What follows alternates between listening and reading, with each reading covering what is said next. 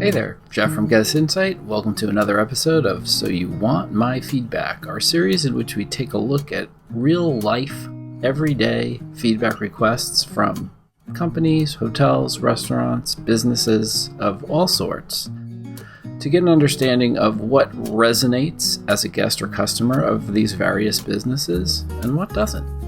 Why do we do this? Well, we think that if you're in a business that sends feedback requests to your guests or customers, you should be looking at feedback requests that you get on a regular basis and taking those surveys so that you can see what resonates with you and what you're more likely to respond to and reflects well on the companies that are sending these requests. All right, let's get into this one. So this is a hotel feedback request or hotel guest experience survey that I received after a recent stay with my wife. Let's dive into my computer and go through it.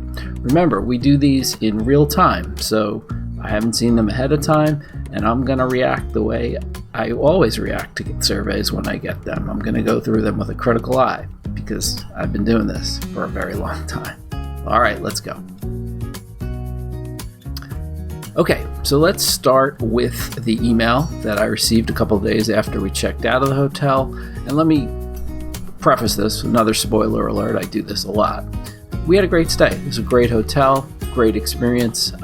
It was just a wonderful stay, great room, beautiful facilities around the hotel, around the entire property. We dined in several of their F&B outlets, and everything was top-notch. Service was great. Folks who worked there were great. Everyone on their team was just fantastic. So very happy with the stay. Let's see how they ask me about the experience. Here we go. All right, so again, here's the email, and let's start off by saying or showing you that they've personalized it. Dear Jeffrey Robbins, thank you for choosing to stay with us. Your custom is very much appreciated, and we hope you have some very fond memories of your time in and the location where this hotel is. Remember, we do not divulge the names of the, in this case, hotels, because we just don't think that's appropriate. Sometimes things don't go the way we hope they go, and we don't want to call anyone out on that. This is just an exercise in helping folks get better and level up in their feedback requests. So that's why we don't do that. All right, so getting back to that. Your custom is very much appreciated. I don't know what that means. We email all our guests after departure to ask if they could complete a short survey regarding their stay. Okay.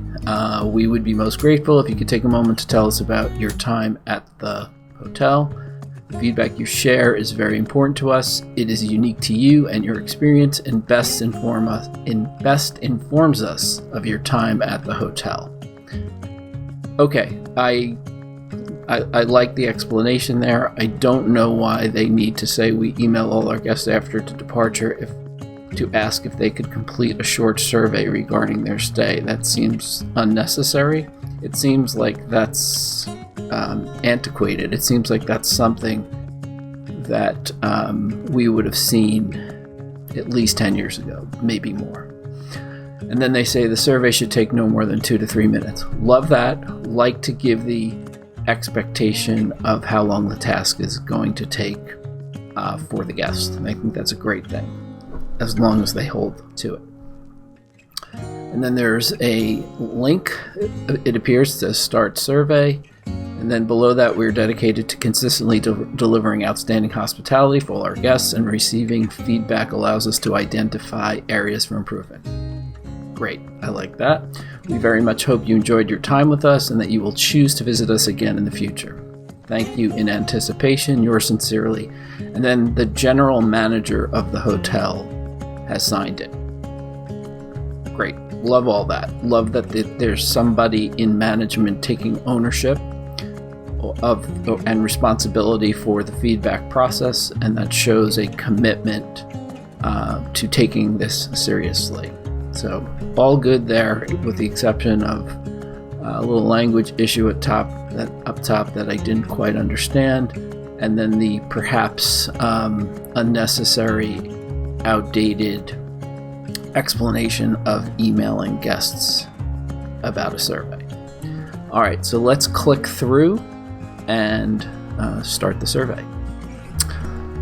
Okay, this is where we land, and my first impression of this is that we can see at the bottom is a submit button. So it's one page, and it's one busy page. There's a background image of the hotel, it seems, a photograph of the hotel, and then at the top there's the logo of the hotel. Top left is the logo for the hotel. Top right is looks like the exact same photo that's in the background. This is busy, and it again, getting back to my comment before in the email about telling me that they send emails to guests after checking out with a request for a survey, this feels outdated too to me. The idea that everything's on one page, I'm not sure how they're going to do that. We'll get into all the specifics in a second. It's just a very busy page. I don't love this. And the one other thing I wonder about is whether we can see this, what it would look like on a mobile device, because that's important. A lot of folks, there's the statistics out there are that most folks, a little over 50%, are looking at surveys like this on mobile devices or tablets. And I don't know what they're doing here. This looks outdated. Certainly, if this is how the mobile version appears, it's going to be a problem. So I'm going to actually pause here for a second, and then the next thing you're going to see is a mobile version of this before we get into the specifics, because this could be an issue. Okay, so this is a mobile simulation of the screen, how it would look like on a smartphone. This was an iPhone 14 simulation, and as you can see, it's the exact same form. This is very problematic. This screen is way too busy, and the targets, if you will, the buttons that you would have to hit on all of these questions is just a very difficult task, and my guess is that they're not getting great responses to their survey just because of this factor alone. Let's go through this on a computer. It's simply too difficult to do so on the mobile simulation because the screen is too cluttered and small to properly complete on a mobile device. All right, logo up top, personalization. It shows that I am the guest that stayed. It actually shows the stay dates, which is good.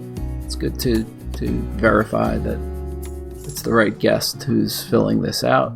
Thank you for staying with us. Please take a few minutes to tell us about your stay.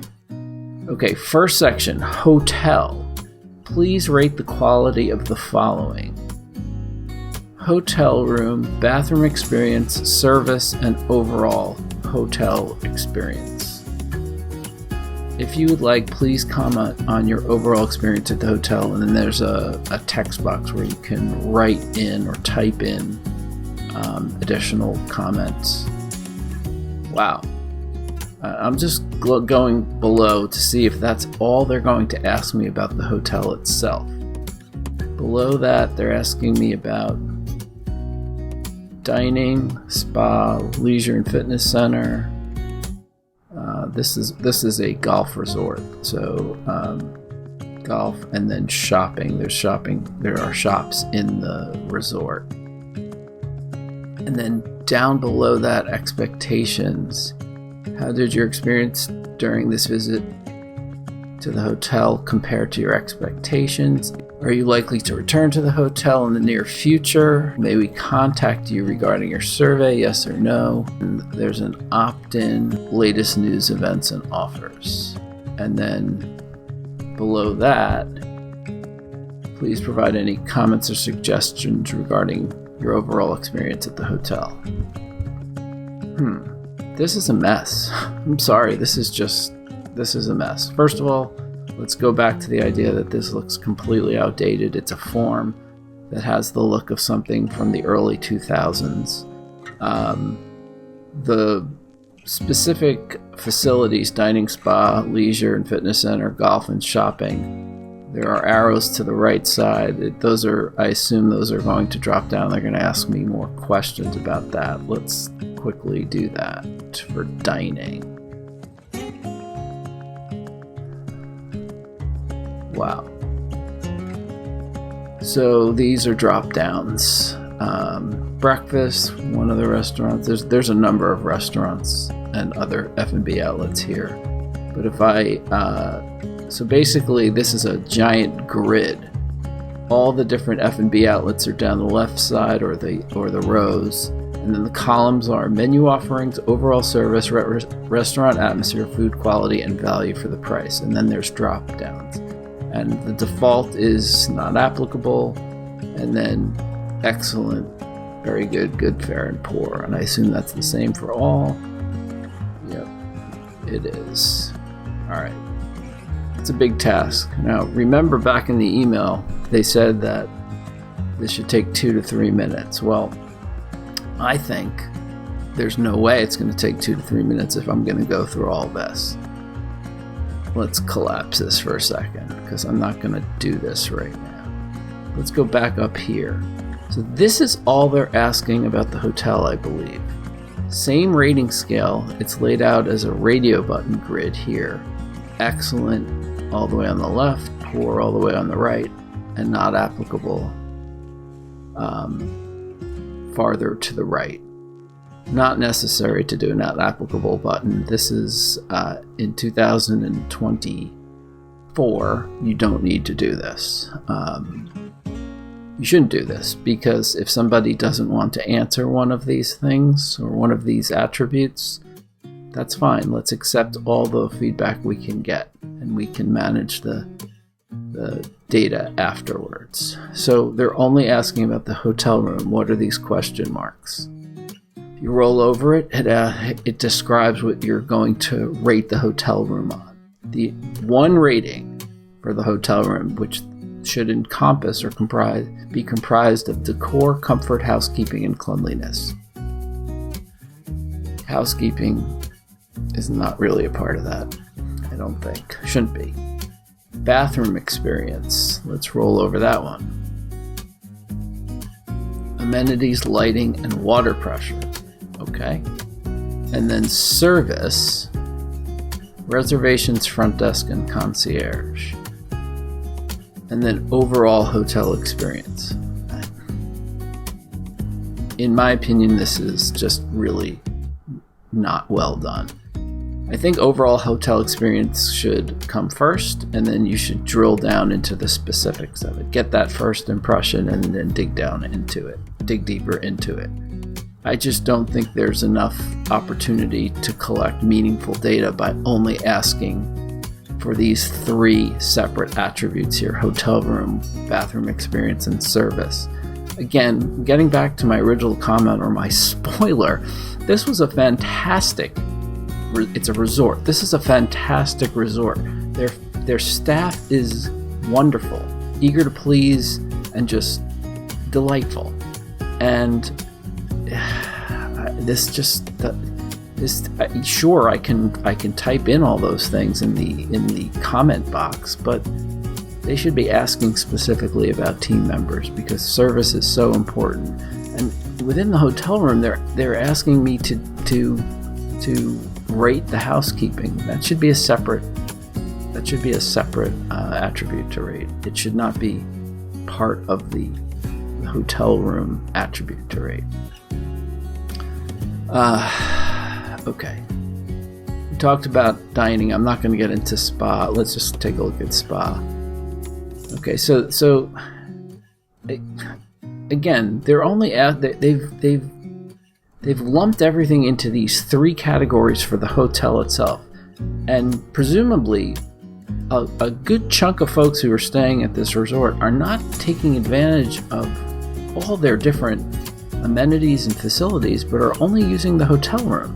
And in fact, that's what we did. We were only there for 2 nights, and we did eat in a few of the F&B outlets, but we didn't use the spa, we didn't use their shops, we didn't play golf, we didn't use their leisure and fitness center.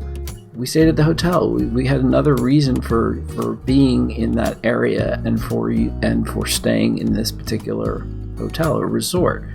And they're limiting my feedback by trying to get to a lot of different things and condensing the hotel portion of it. Not well done. In dining, it's a little better, although this layout, again, surveys that we put on the internet back in the 90s, believe it or not. Menu offerings, overall service, restaurant atmosphere, food quality, and value for price. These attributes to rate are fine. They're appropriate. They're much more comprehensive than what they're asking for the hotel itself. I would assume spa is similar. Yeah, they're doing it a little bit differently. The attributes are now in the rows, and the ratings are in the columns. A little confusing, but most people should get it. Leisure and fitness center, same thing. But again, the idea that they're trying to fit everything onto one page, there's one submit button at the bottom of this. It's just too much, and I think that they are missing the opportunity to gather as much feedback as possible, if that's their goal, by cramming it all in here. This needs to be updated. It's actually a little bit shocking how outdated this is for such a wonderful hotel and resort. Let's just talk about the bottom few questions, and let's wrap this up. So this area is labeled expectations. How did your experience during this visit to the hotel compare to your expectation? This is a great question. In our view, it should always be the first question, because that's what we've found over the years that we've been doing this to be one of the most important things to understand. And you want that as the first reaction. And then you can, again, dig down into the details. Are you likely to return to the hotel in the near future? I don't like this question either. In the near future is limiting it. What are they getting at here? Are they trying to do revenue projections? I don't know. They should be more interested in general if I'm likely to return to the hotel. May we contact you regarding your survey? I guess that's okay to ask. And may we contact you with our latest news, events, and offers. An opt-in for marketing, that's okay, I suppose. And then additional comments at the bottom about my overall experience. We always like to have an opportunity to see the guests' thoughts in their own words, so that's fine here. I'm a little confused by this, just in terms of the outdatedness. I don't know if that's a word, but it just feels outdated to me. This feels like something that would have been sent 20 years ago, and maybe it was. It needs a refresh, and they need to dig into the hotel, more attributes about the hotel a little bit more, and just clean up the layout and the just make it more modern and make it appropriate to be completed on a mobile device. And again, getting back to the idea that they set the expectations for me in terms of the time it would take to complete this. If I was to go through all the attributes in dining and all the different F&B outlets, and then the spa attributes, the leisure and fitness center attributes, the golf and shopping, it would take far longer than 2 to 3 minutes. So setting an unrealistic expectation of time is actually a bad thing to do. It could leave your guest with their last impression of you is something that you didn't live up to. Along that line of thinking, for me, this was a wonderful stay, and the experience of their last contact with me was this feedback request. Wow, this was the worst thing they did as part of the overall experience. And I think this is part of the experience. They're communicating with me, and they fall far short here. Anyway, thanks for watching this episode of So You Want My Feedback. Hope to see you again soon. If you have any comments, suggestions, thoughts about this episode or any of our others, feel free to reach out either in the comments or directly through our contact information, which you can find as part of the channel. Thanks again.